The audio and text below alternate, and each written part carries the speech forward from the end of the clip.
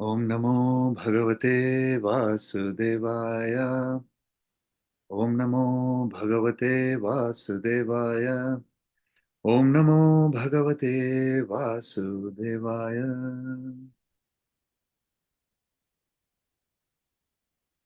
Namo Vijnana Viryaya Mayedam Upeyushe Grihadaguna Bhedaya Namaste Vyaktayonaye. Hare Krishna, everyone.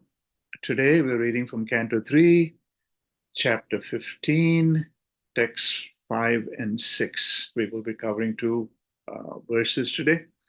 So I'm going to read the verses first and their purports, and then we can get into the discussion. So, text 5 again. Namo Vijnana Viryaya Mayayedam Upeyushe Gritaguna Bhedaya Namaste Vyaktayonaye.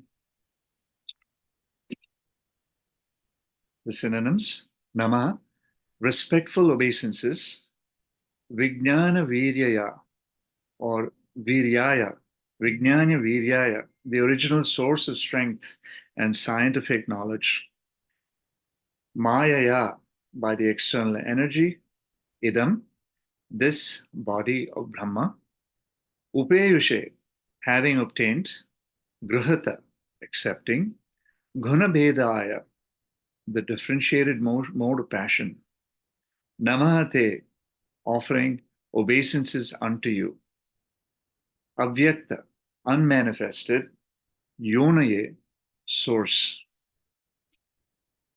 So today we will be covering some of these key words here. For instance, what is Avyakta? Why is it unmanifested? Why is that term being used? The significance of Vijnana Viryaya, the original source of strength and scientific knowledge. And the translation: O original source of strength and scientific knowledge, all obeisances unto you. You've accepted the differentiated mode of passion from the Supreme Personality of Godhead. And with the help of external energy, you're born of the unmanifested source. All obeisances unto you. Purport by His Divine Grace, A.C. Bhaktivedanta Swami Srila Prabhupada Ki Jai. The Vedas are the original scientific knowledge for all departments of understanding, and this knowledge of the Vedas was first impregnated into the heart of Brahma by the Supreme Personality of Godhead. Therefore, Brahma is the original source of all scientific knowledge. He is born directly from the transcendental body of Garbhodakashaya Vishnu, who is never seen by any creature of this material universe, and therefore always remains unmanifested. Brahma is stated here to be born of the unmanifested. He is the incarnation of the mode of passion in material nature, which is the separated external energy of the Supreme Lord. The answer is given here in terms of why Lord Brahma is being addressed as being born from the unmanifested source. We'll get a little more into it as we get through the discussion. So, moving on to the next text, text 6. Ye tvanayena bhavena bhavayantyatma bhavanam atmani prota bhuvanam param sad atmakam. I'm going to read it one more time. Ye tvanyena bhavena bhavayantyatma bhavanam atmani prota bhuvanam param sad atmakam. The synonyms: ye, those who; tva, on you; anyena, without deviation; bhavena, with devotion; bhavayanti, meditate. That's another key operative word here. Meditate. Atma bhavanam, who generates all living entities. Atmani, within yourself, Prota, linked, Bhavanam, all the planets, Param, the Supreme, Sat, effect, Asat, the cause, Atmakam, the generator. A translation: O Lord, all these planets exist within yourself, and all the living entities are generated from you. Therefore, you are the cause of this universe, and anyone who meditates upon you without deviation attains devotional service. Let's go back to the previous text.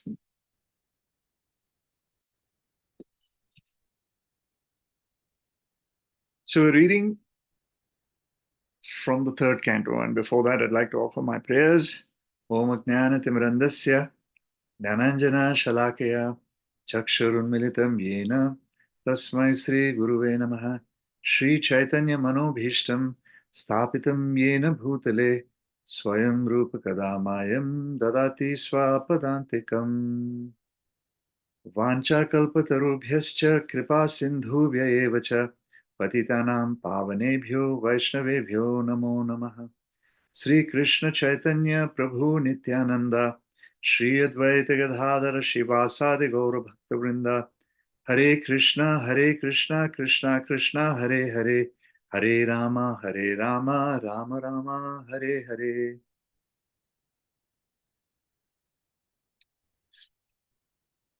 So we're reading from the third canto, the 15th chapter of the Srimad Bhagavatam, and Maitreya Muni is continuing to elaborate on the lustful folly of Diti and the sequence of events that ensued after that. So today we'll be covering texts 5 and 6, and these texts specifically are about the glorifications of Lord Brahma by the demigods, sensing that something bad is about to happen, something very bad. I mean, they can feel it in the air.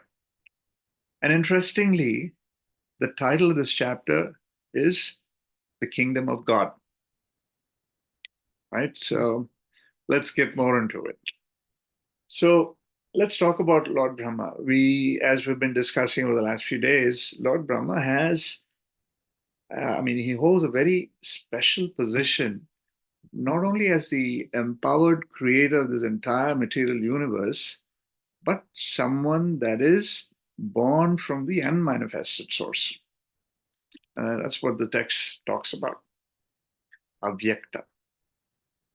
But unmanifested, I mean, we all know that he was born from Garbhodakashayi Vishnu. Yet, Lord Brahma, when he came into being, he was stupefied. He was completely puzzled as to who he was, where he came from. And so his first response to that was, I'm sitting on what seems to be like a lotus, and it is vast and expansive. Maybe I can find out, what this is all about.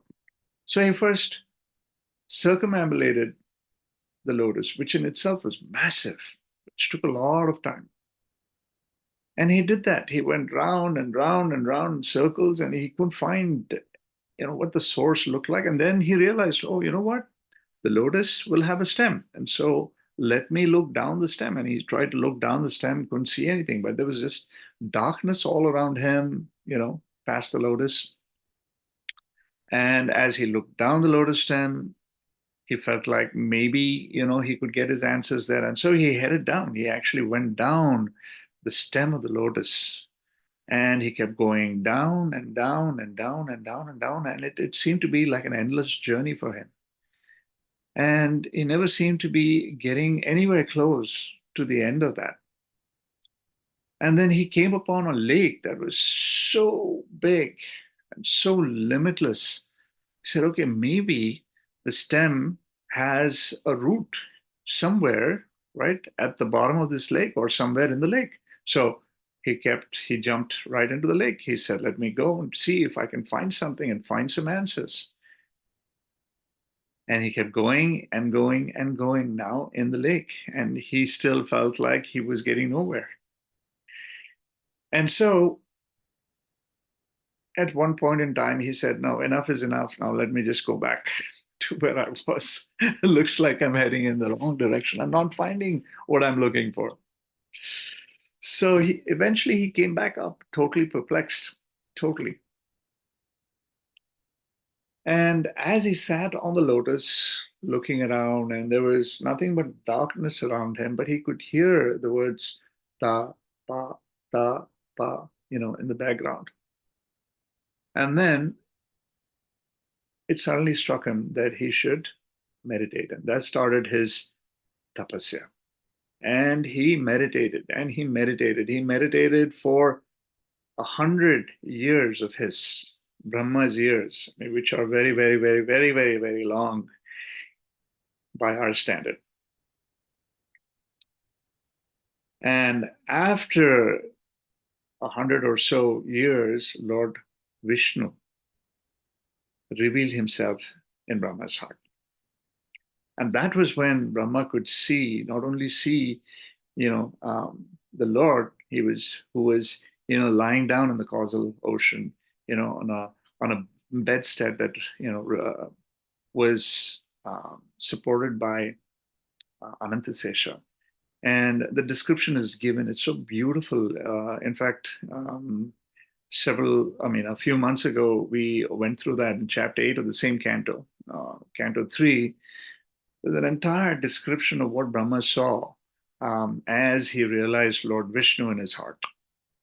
This beautiful description of Anantasesh, the beautiful description of the Lord lying on Anantasesh in the causal ocean.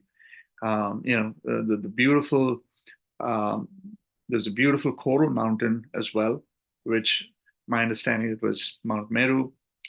And at the top of Mount Meru was, gold.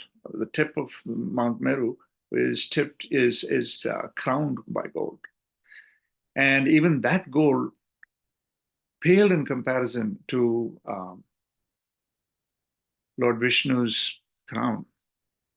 His jewels were so brilliant and effulgent, and so were the jewels that were sitting, that were decking the crown of Anantasesh. And so these descriptions are given of all the beauty around, surrounding Lord Vishnu as he was relaxing in the causal ocean. And all of these things only gave Lord Brahma so much more confidence when he found out where all this was coming from. And with that, we understand that it was only because the Lord revealed himself to Lord Brahma was Brahma able to even see any of that. Up until then, it was just nothing but material darkness, right? But once the Lord revealed himself, Vishnu revealed himself to Brahma, then everything became very, very clear to Brahma. And that's the reason why the term avyakta is being used here. Because the Lord, in this case, Vishnu, it manifests, he reveals himself only according to his will. And up until then, like we said, Lord Brahma was in a state where he couldn't see anything but darkness. It was only after the Lord revealed himself. And therefore, he is described as being born from an unmanifested source. It's not like Lord Vishnu is unmanifested, right? The understanding is that the Lord reveals himself when he wants to. And therefore, as Prabhupada also says, that there's no living entity in this material universe that's pure enough where the Lord has revealed himself, not even to the demigods. And therefore, the demigods also have to go through Lord Brahma. Lord Brahma is that conduit to help the demigods, in this case, to be able to even get any access to Lord Vishnu. More about it a little later. So Lord Vishnu then bestowed Lord Brahma with all the knowledge. And this knowledge was not just knowledge, but realized knowledge as well. So that gave Lord Brahma the understanding as to who he was, who Lord Vishnu was, or is, I should say, I shouldn't be saying was, and Lord Brahma's role in terms of being, the creator of this material universe, and everything that he needed to be able to create this material universe. And all the knowledge that is, a part of the Vedas was imparted to Lord Brahma in a form that was not only knowledge that was coming down to him, but also realized knowledge, as to how he could actually apply that knowledge. And therefore, it is called Vijnana. Therefore, Lord Brahma is addressed, as Lord, as Vijnana Viryaya. So he is the direct and the first recipient of all the knowledge that is contained in the Vedas by Lord Vishnu. So to the Devatas or the demigods, Lord Brahma, they came into existence only after Lord Brahma did. And so for them, they considered Brahma as the father of the universe. And so their glorifications, as we're seeing in these texts, is about Lord Brahma being that father of the universe or the ultimate personality in this universe. And so they went to him every time, they were in anxiety. As you know, in the material universe, anxiety and fear are part and parcel. We all experience it every day of our lives in some form or fashion. What to speak, so even for the demigods, for that matter, even though they're in the higher planets, they're leading much better lives than we are in terms of luxury, in terms of all of the various opulences and facilities that they have. But they also experience fear and anxiety. And anytime they had any anxiety, they would go to Lord Brahma, pray to him for his counsel, pray to him for his solace, and ultimately to access to Lord Vishnu himself. So now, in that context, I think it's a good time to remind us of Lord Kashyapa's foretelling of the birth of his demoniac sons, as we later, know to be Hiranyaksha and Hiranyakashipu. Now, if you thought your boss at work or Uncle Sam taking your money every year at this time of the year, or even, the horrific Hitler who, slaughtered millions of Jews. And if you think of these people as demons, wait till you hear about the demoniac playtimes of Hiranyaksha and Hiranyakashipu. These two brothers created so much havoc that every living entity was in a state of anxiety, not only on Earth, on planet Earth, but across the universes, the planetary systems as we know them. So, kiddingly but seriously, these brothers, H and H, Hiranyaksha and Hiranyakashipu, were branding experts. They were so good with how they could get their branding done in such an effective manner. As you know, uh, just a sidebar here, in terms of branding, the objectives of branding include creating awareness and creating the reach, right? Being known far and wide. And as a part of that, there is the brand promise. And the brand promise is an essential component of branding that can either establish trust or break trust that the customer has, in your brand. So, for instance, Apple's brand promise, and I'll read that to you. They say, their think different is their brand promise. Think different. which means that they create products on seeing the world differently. And they also inspire their customers to do the same, meaning looking at it from a very different perspective. So it's all about, so it is two-sided, right? It is about building it. It actually, encourages creative thinking, and it builds an emotional bond between, Apple and its customers.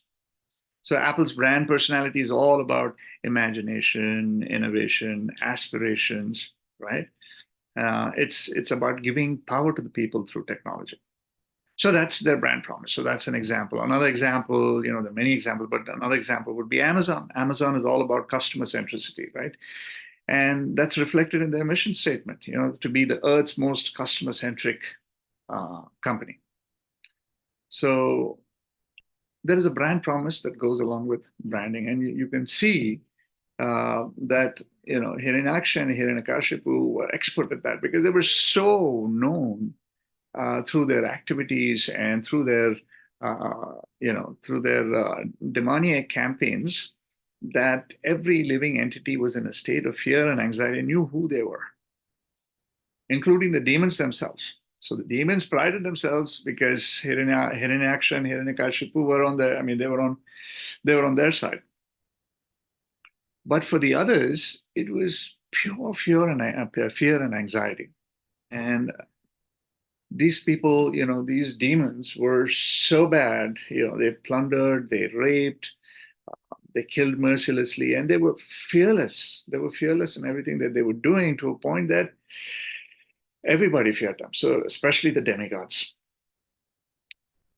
And interestingly, not just after they came to life, right? I mean, even if you look at their uh, before they were out of Diti's womb, there was this whole atmosphere of darkness and impending doom that people could sense and feel. It was like, likened to these dark, heavy clouds coming in right before a huge storm, or a tornado.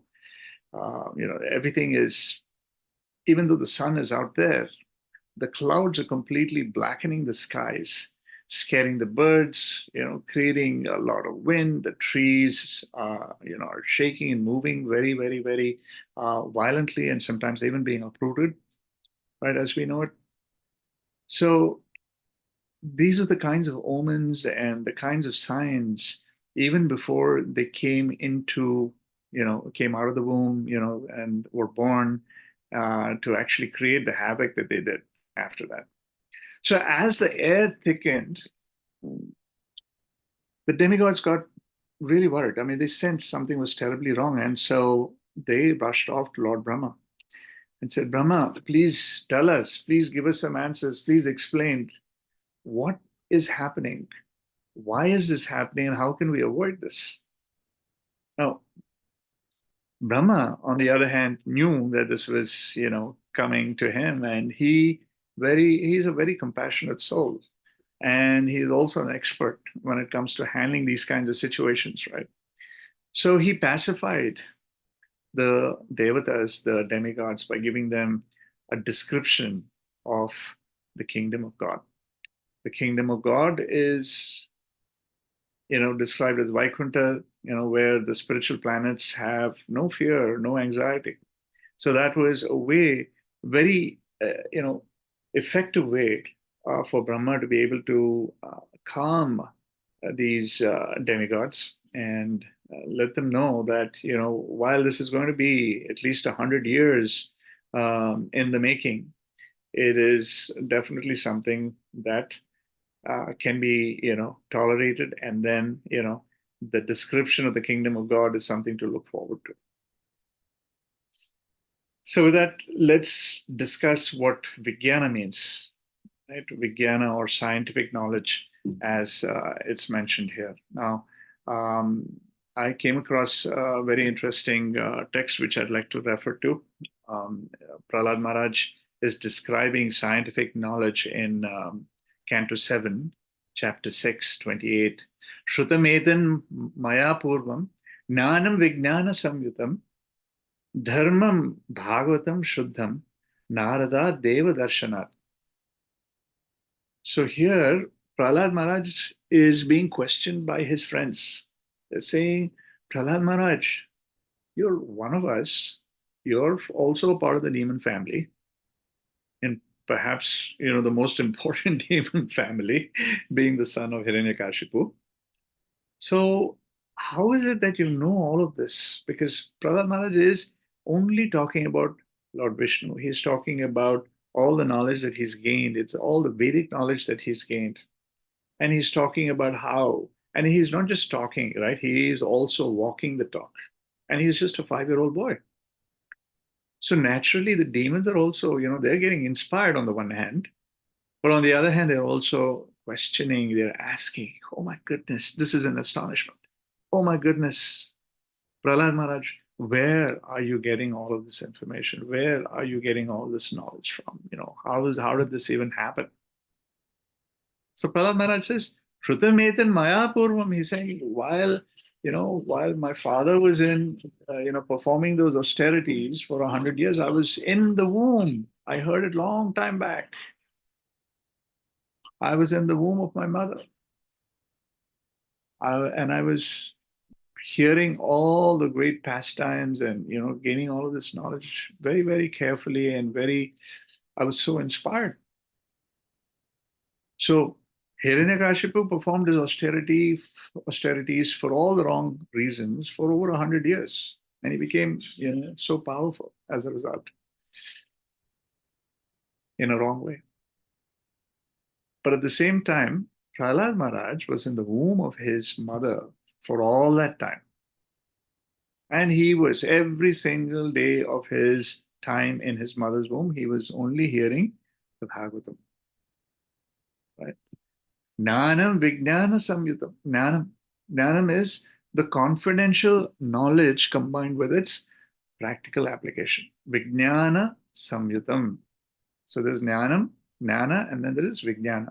Vijnana being the practical or the applied knowledge. So even as a boy of 5 years, he had completely absorbed the essence of all knowledge about devotional service. And he practiced it. He practiced it with all sincerity. He only spoke about Lord Vishnu. And he was so attracted, genuinely attracted to Vishnu. Bhagavatam Shuddham. Dharmam Bhagavatam Shuddham. So this knowledge known as the Bhagavata Dharma is fully scientific and it is distilled to the nth degree with no contamination. Dharmam Bhagavatam Shuddham. The Shuddham meaning it's completely pure, there's no contamination at all. And they said, okay, so from where? How did you hear all this? Who told you all this? Now you want to learn about the Lord, the absolute truth, only for someone who has seen the truth. And in this case, Lord Narada was the one who was imparting this knowledge to Prahlad and his mother, like he did to many other devotees. So there's scores of examples where Narada Muni has imparted this confidential knowledge to um, very, very special personalities. Narada Deva Darshanat. So he says, for the pure devotee of the Lord, Sri Narada Muni he's the one who's always engaged in devotional service. So he's constantly in touch and he's seeing the absolute truth.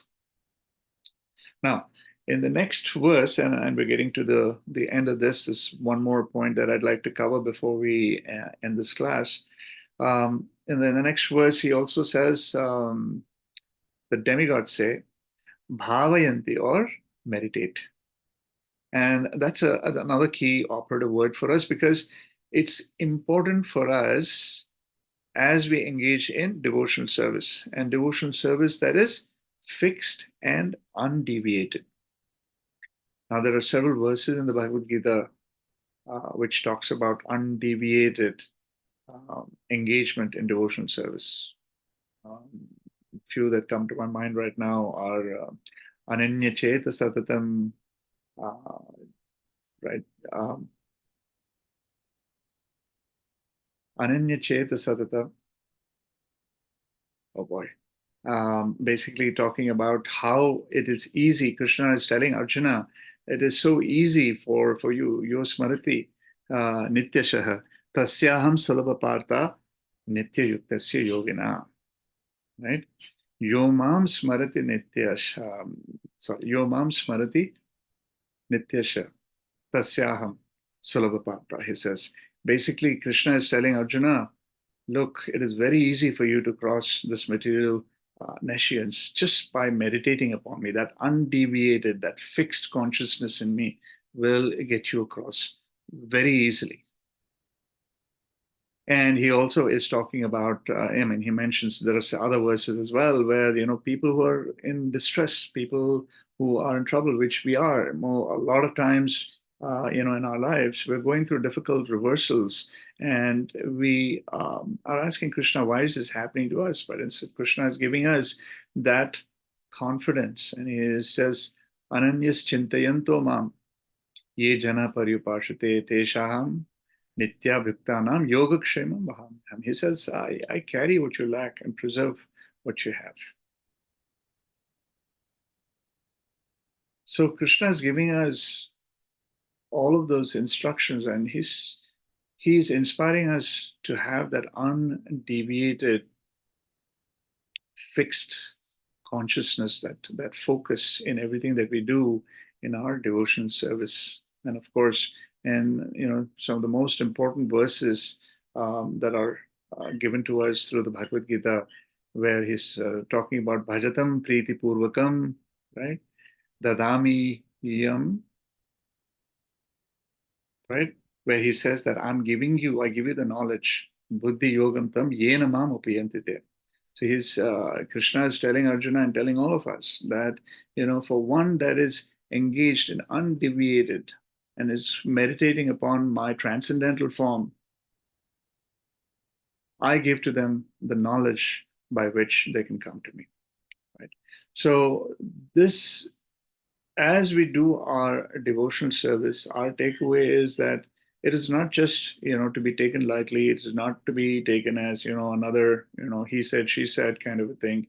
It's not about doing it mechanically, but being able to apply ourselves, creating that mindset, that consciousness. And that's why, I always go back to how beautifully Prabhupada has given us and termed, Krishna consciousness as Krishna consciousness. It is all about our consciousness, inculcating that consciousness which allows us to then be in the right frame of mind, moving beyond the modes of ignorance and passion, moving into the mode of goodness and then beyond, right? It's only when we go past the mode of goodness is when we can be transcendental in nature. We want to aspire to get to that point.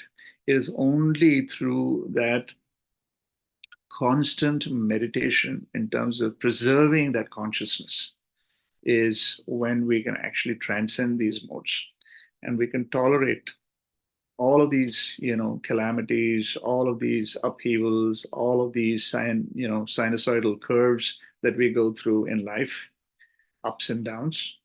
And we can certainly be free from all of this, and we don't have to be sitting in Vaikuntha physically. We can even be here on the earth or even in the lower planetary systems and still not experience any of the difficulties or the anxiety or the fears. For instance, like the demigods are facing and about to face even further as we get through the rest of this chapter. Right. So with that, I'd like to close for now and see if there is any discussion.